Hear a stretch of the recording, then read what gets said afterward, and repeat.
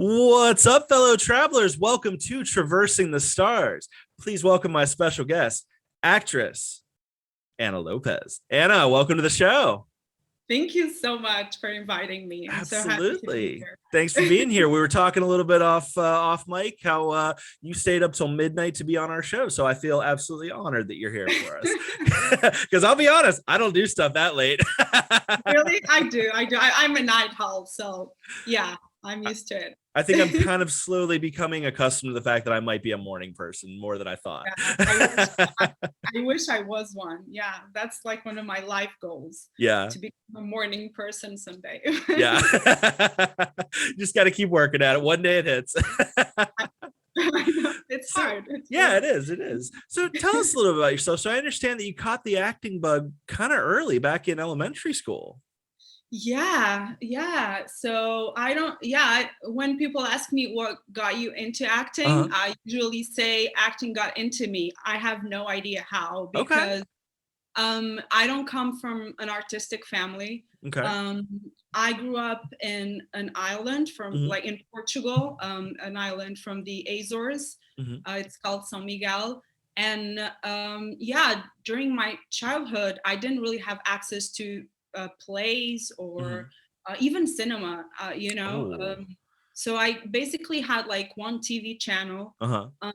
but that was enough for me. You know, I Yeah. watched Disney films, Brazilian soap operas, Mr. Bean, Charlie Chaplin, stuff like that. And Yeah. that was enough for me to just like want to imitate everything I would watch and just organize plays with my friends. And then when my parents bought a camera, I Awesome. started directing films with my friends. So yeah, I don't know, That's for some awesome. reason, it was just something that just came so naturally and for no reason at all. That's Yeah. awesome. I love it. I mean, especially like not having like, a broad cinematic exposure. Cause I mean that Yeah. I had probably an overly broad one. And I've always like kind of been drawn to entertainment in some way. So, that's awesome that even not having that, as much that, you're just Yeah. all drawn to it. I love it.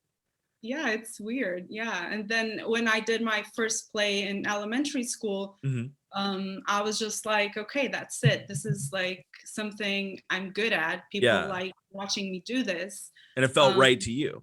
yeah, totally. And also I had that, big question. Like I was always an overthinker, Yeah. even as a child. So I was like, when I was like, I don't know, 5, 6 years old, I was already, what am I going to be when I grow up? I Yeah. wanted to make that decision so badly. And I just I could see myself doing so many things. Sure. So when I realized I could be an actor, like that's another thing that make more sense, which was like I can actually be so many things if I do this thing that I love. So Yeah. yeah. That's awesome. I love it. I love it. And you just kind of followed that path. And I got to look over your training section on your website. Oh, Insanely impressive. I mean, we're talking multiple languages, multiple accents, a law degree. yeah. I mean, and a laundry list of skills. Like that's so you just jumped in and you just went for it with that. Yeah, the law degree I think had to do with the fact that because I didn't grow up in a artistic Right. context, like I didn't know any artists really growing Right. up. Um, So you kind of had to so have a fallback. yeah, and then for my parents, like the idea that my parents had about actors is that actors don't have any money. They're Right. always like, they're really poor, especially here in Portugal. And even now, when like an Yeah. article comes up about an actor that's going through a rough time, my father still shows me the article. Like, Some so things never change, right? yeah, and it's like I grew up with this thing, right? Like, so actors are like, acting is a really tough profession.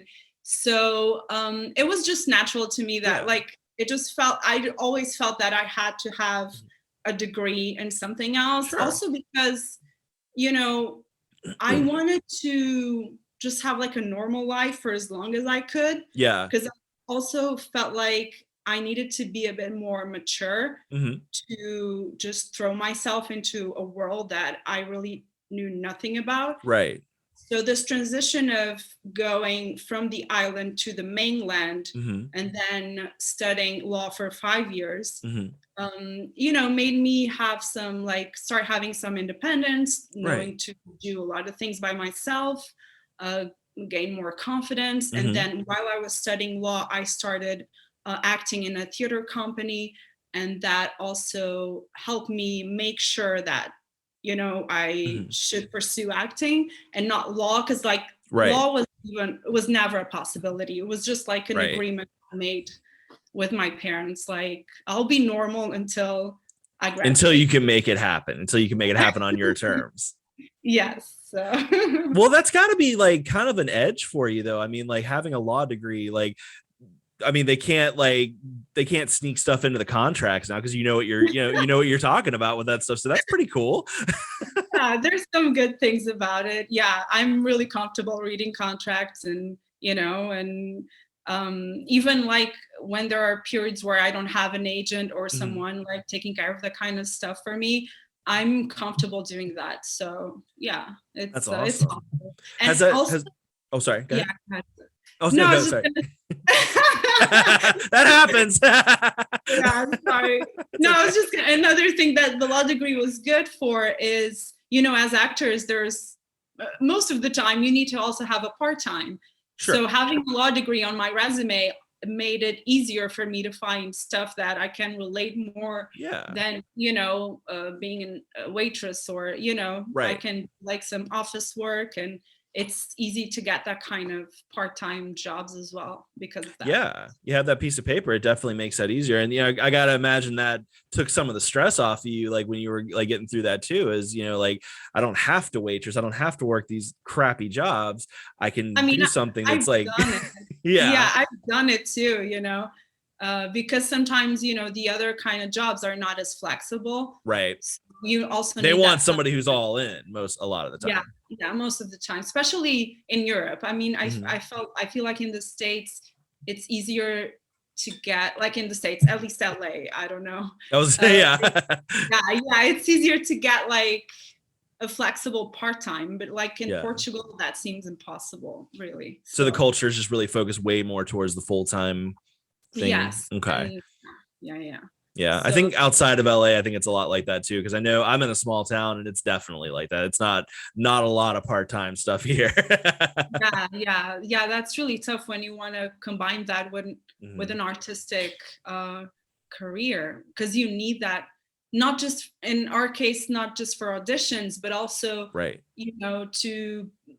keep the creative side of you flowing. Oh, because that's absolutely a challenge when you have to, you got to put food on the table, but you also got to keep feeding that creative spark. I totally get that 100%. Yeah. You can't just get home and feel drained and not be able to do anything else. So yeah, it's always a juggle to combine that when you need to. Definitely. Yeah. I work for a full-time job myself. So, it's like, I totally understand that, it's just one of those things where it's like, evenings are for the podcast, it's like, this is for work. This is the podcast. So it's just, we got to do what we got to do as we go through it. Exactly. What town are you in? So it's in about an hour south of Harrisburg, Pennsylvania. I don't know if you've ever been there. No, I'm very I went straight to LA. You went to the big spots. Yeah. I've shot in Portland and but that's basically it. Yeah. LA. I visited Atlanta because I had a few actor friends living there, but that was it. I have the bug. I feel like now I want to explore New York a bit. I totally get that. I've always been drawn to New York. I've always been drawn to the bigger cities. I just never really ended up there. You still have time. You will. So I totally get that. So I've actually never even been to New York myself, which is an absolute travesty, and I really want to go at some point. So I definitely understand like that desire to explore that city for sure. I'm not the only one. When I say that I've never been to New York, I mean I've been there like for 5 hours. But never really immersed yourself in it. Yeah, and I'm just so curious about it. And actually I booked a flight to go there in June. And that's when I realized that with the visa that I have, I couldn't actually enter the United States while the restrictions were still up. So, but now I finally can go back now. So nice. And I think theater's coming back there too. So, you have a chance to take in some really good shows and stuff. So that's what I want to go up and see some of the stuff on Broadway. Yeah, me too. I can't wait to go through all that. Yeah. I love it. So I love there was a description of you on IMDb. You were described as a lovely volcano. I love that description. That is the best description I've ever heard. Yeah, I think that kind of came up when I was working on my branding as an actor. There was a period there, where I feel like actors now are hearing this more and more, where you need to know how to sell yourself, kind of. Definitely. And it's kind of hard, when you're not like an obvious stereotype, and like an obvious type. So it really has to do with what kind of roles you play more often. What do people cast you in? And so I had to go through that. And then I realized that, I think like as an actress, I can be like, I can play those characters that are very pleasant at first, but like they build to a more depth to them. Yeah. And then there's that time where there's an actual explosion, emotional explosion.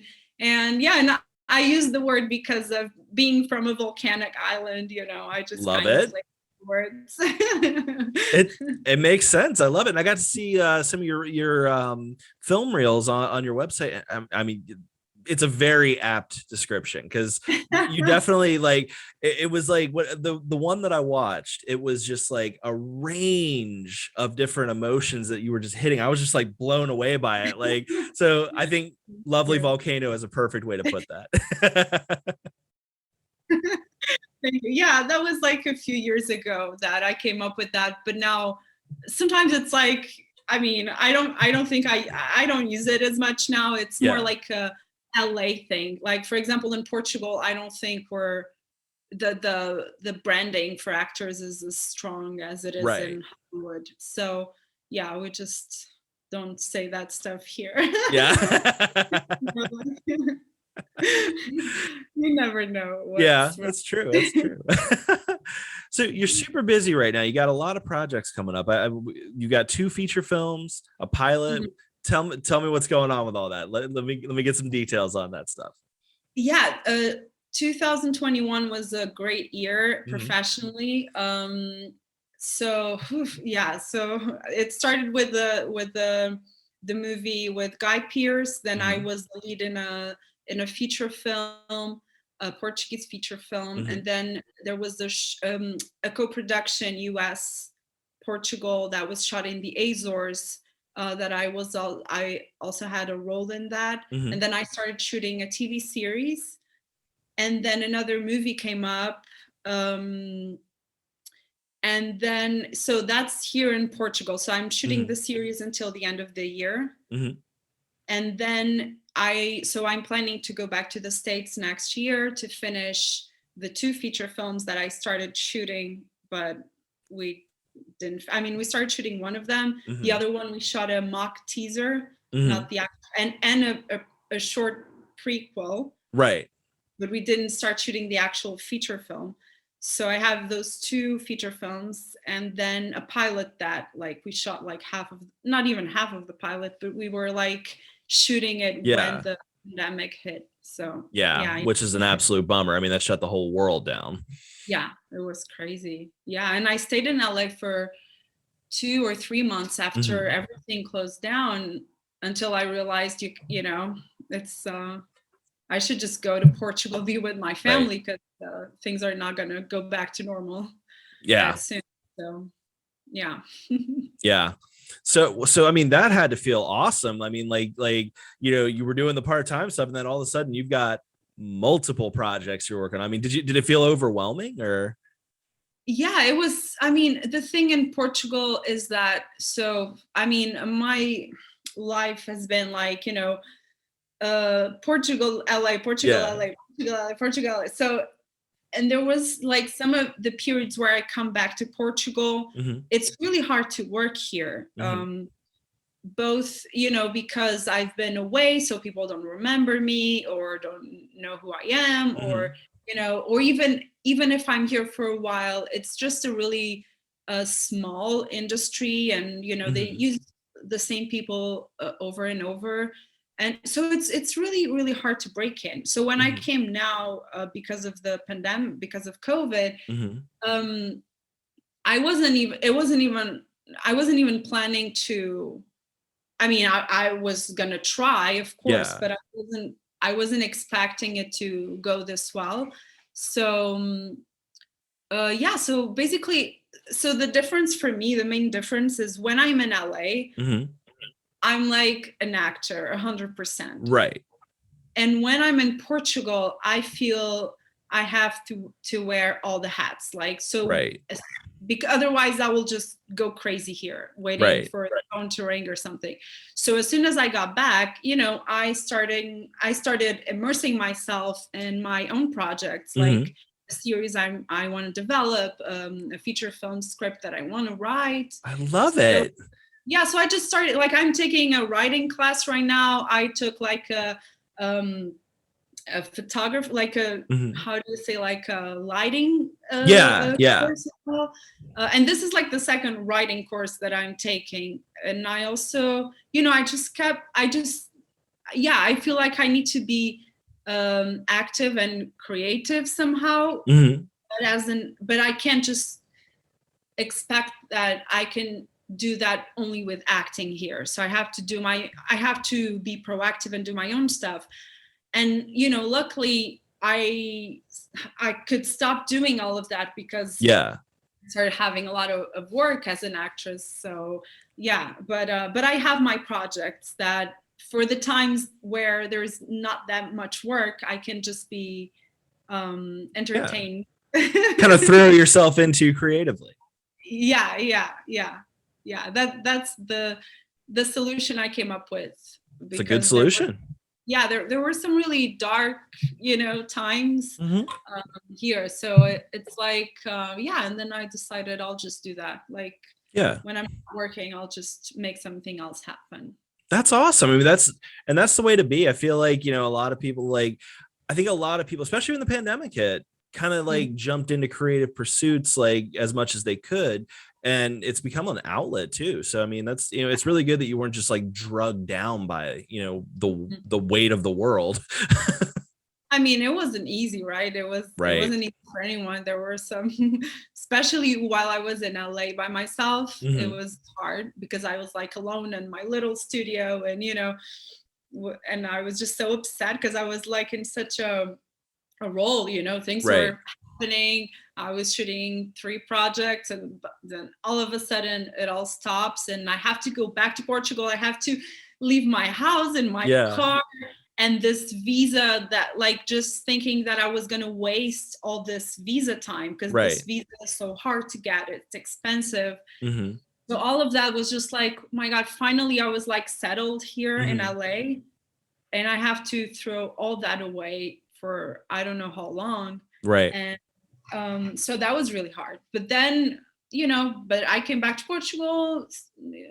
I spent some time with my family, and then I just threw myself into things I want to do. And just kept your mind on creativity.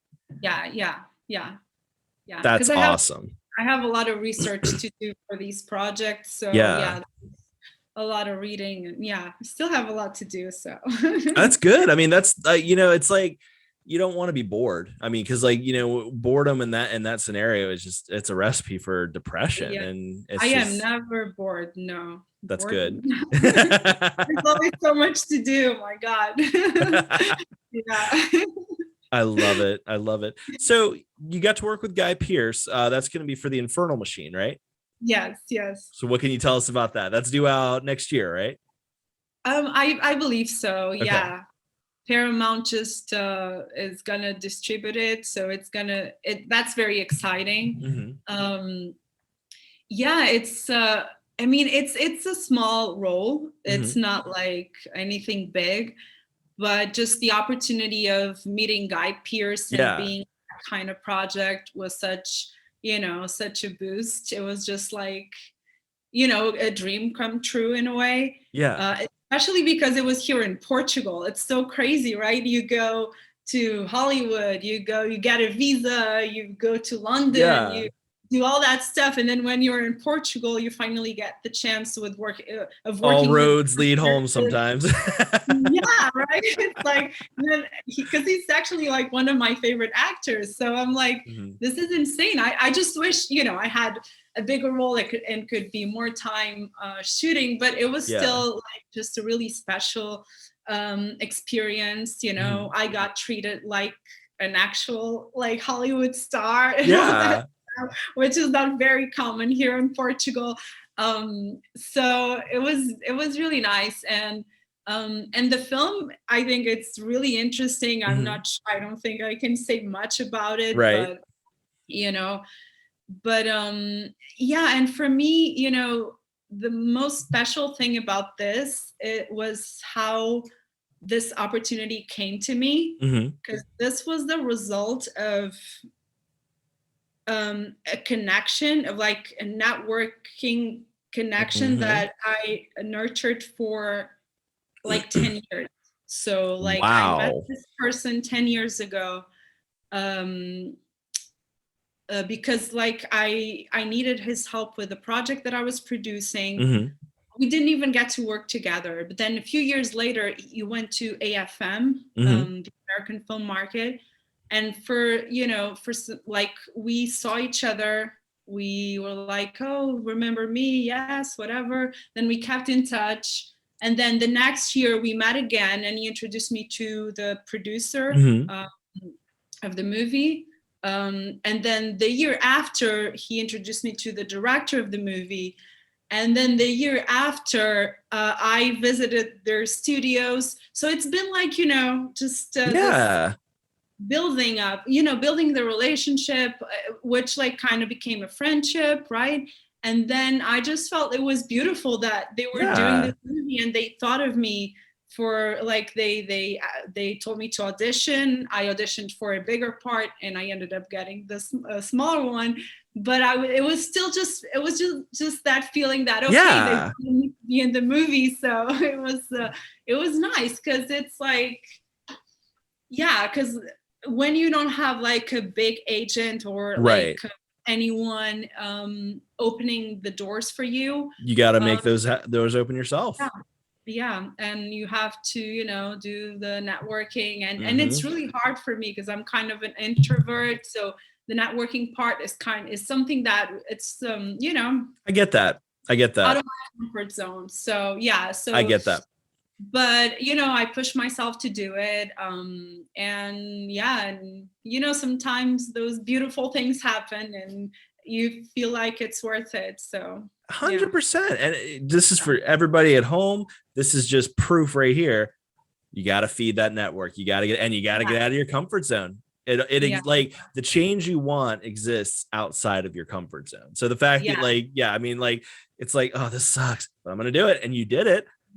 Love it. That's just like, that's proof that that's how you got to do it. No, I mean, it's nice because when you actually like click with people, and it's like a genuine like friendship. And then of course it's super easy. I think it's just harder when you know someone's work, and you really want to work with them, and you want them to like you. So sometimes it's just better to just not know anything about the people that you might meet, because I have that thing. Like when I know I'm going to meet someone that I really want to work with, I just you start to overthink. You start to get in your own head a little bit. Like I feel like I have to know everything about them beforehand. So, I just don't sleep watching all their movies and do all the research. And then I get there and I block and I can't even say hi. So, So yeah. So. Well, and the other thing to consider too is it's just people at the end of the day. So it's like no one's gonna no one's gonna be like, all right, what's my filmography? What's the first movie I was? No one's gonna quiz you on that. But it's so hard not to think that. Like, yeah, it's just like you have this thing where I feel like I have to know everything before I put myself into that situation. I don't know why. It's like that's how I get. I'm a researcher, I get the same way. It's like I gotta know everything. I gotta look into it. I gotta get into the nitty gritty, and I'm totally with you on that. Yeah, right. And also, like, as an actor, you kind of have to do that, like, for your characters, right? Because like sometimes, it depends on the director and who you're working with, but sometimes, or even like after the movie is out, like if you go to a Q&A session or something, right? Like you don't know what kind of questions they're going to ask you about your character, so you have to be ready to answer everything about the character. So it's like, even for my characters, sometimes I need to know everything about them, like all the the craziest details. So yeah. Well, that's not even like the worst thing, because like if you look at some fandoms, like some fandoms will get into that stuff, like Star Wars, people will go like so deep into that and just ask them, like, and they'll ask like the actors, like at those Q&As, like uber specific questions that they're like, I don't know, like why would I know that?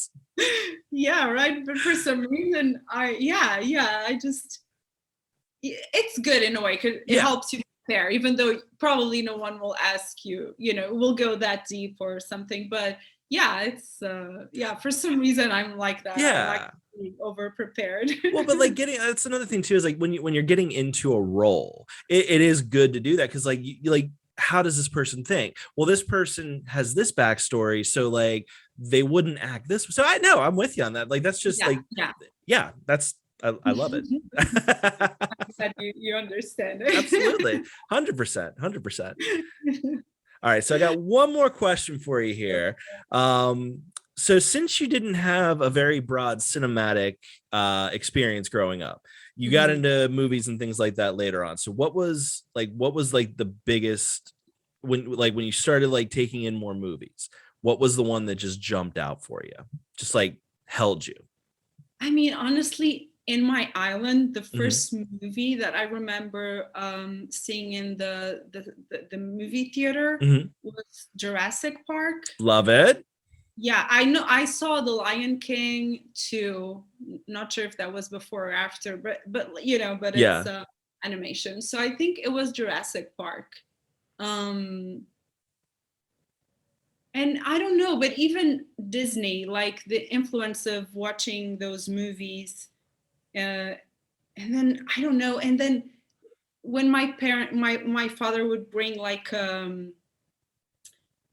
tape with a movie. Even I remember there was a movie that we watched a lot of times at home that wasn't even anything special. Right. So like in the cinema, it was definitely Jurassic Park, but then only when I moved to the city, because we lived in like a small village. And when I moved to the city, I started going to the movies more often. And then, that became kind of like, I would go like every week. So yeah, I started watching more movies, and it was like something that I really loved to do. But as an actress, like the movie that I watched and I was like, this is the kind of movie I want to make, was I watched The Bridges of Madison County with Clint Eastwood. And then for some reason there was something in me that was like, this is the kind of drama that I want to make. Like explore just like the human side, the relationships. Like just tell really simple stories, but like that everybody can relate to. But also bring those characters to life. Yes. Yeah. So I don't, and then all my favorite movies now are movies about a couple, or like really simple story, like simple stories, but there's a lot of emotion and and just drama and tragedy and the stuff that just really gets you drawn in. Yes, I mean, like very, I love like Revolutionary Road, Blue Valentine. I just love those stories that most people don't.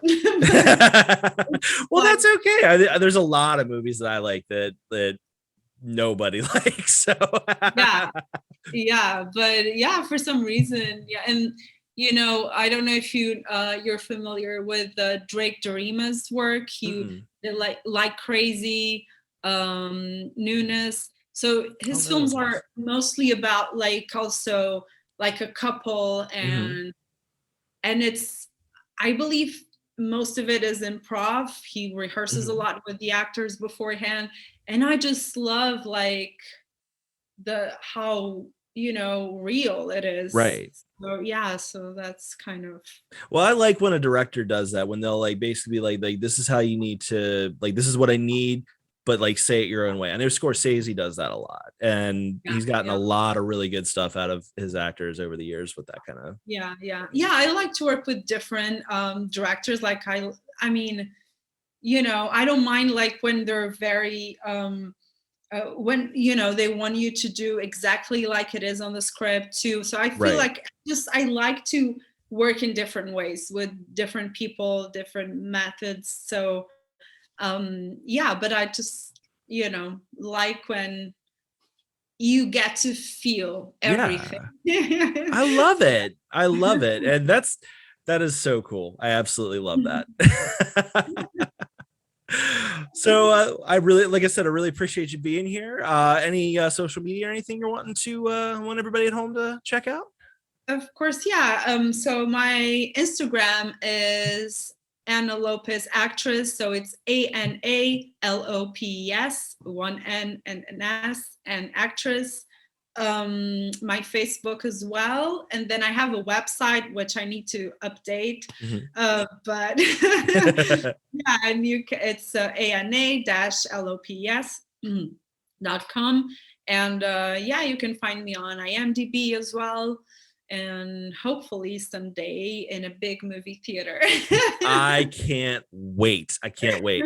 That is exciting, because I think you're going to get there. I think you're on the right track, and you've got wonderful personality, wonderful acting chops. So I think you're absolutely going to be, I'm going to get to see you on the big screen soon. Thank you. Absolutely. Anna, thank you so much for being here. This has been a blast. And again, thanks for staying up super late for me. I appreciate it. Thank you so much for inviting me and for this wonderful conversation. It's been a blast. The pleasure has been on this side. I appreciate it so much. Great, guys. Keep up the good work. I'm loving the podcast. Awesome. Thank you. I appreciate it. Everybody at home, see, she likes it. We're good. We know what we're doing here.